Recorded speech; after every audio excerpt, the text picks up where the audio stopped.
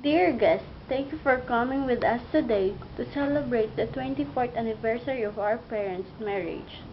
24 years ago, a guy named Simeon asked his beautiful girlfriend, Norberta, to marry him and childishly thrilled to call her his wife for the first time in his life.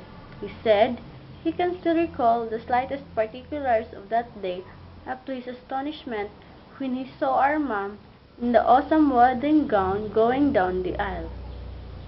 Through the years, they have done a lot together, but the most important is they learn to tolerate with each other's habits and traits, saying sorry when one is wrong, and I love you on all other occasions.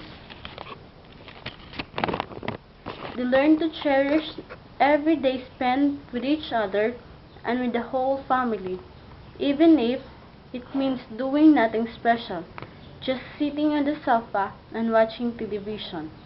They learn to be happy and contented with each other, having three lovely daughters and other people who keep on loving and supporting our family. Of course, there were some ups and downs, but makes our parents to be stronger enough, hold each other hands, and face together those challenges. Like a good wine, a good relationship becomes better and better with every passing years. It worked for their marriage until makes our mom and dad happy.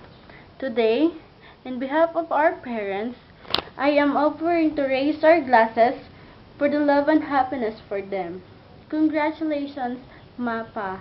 I love you. We love you. Cheers!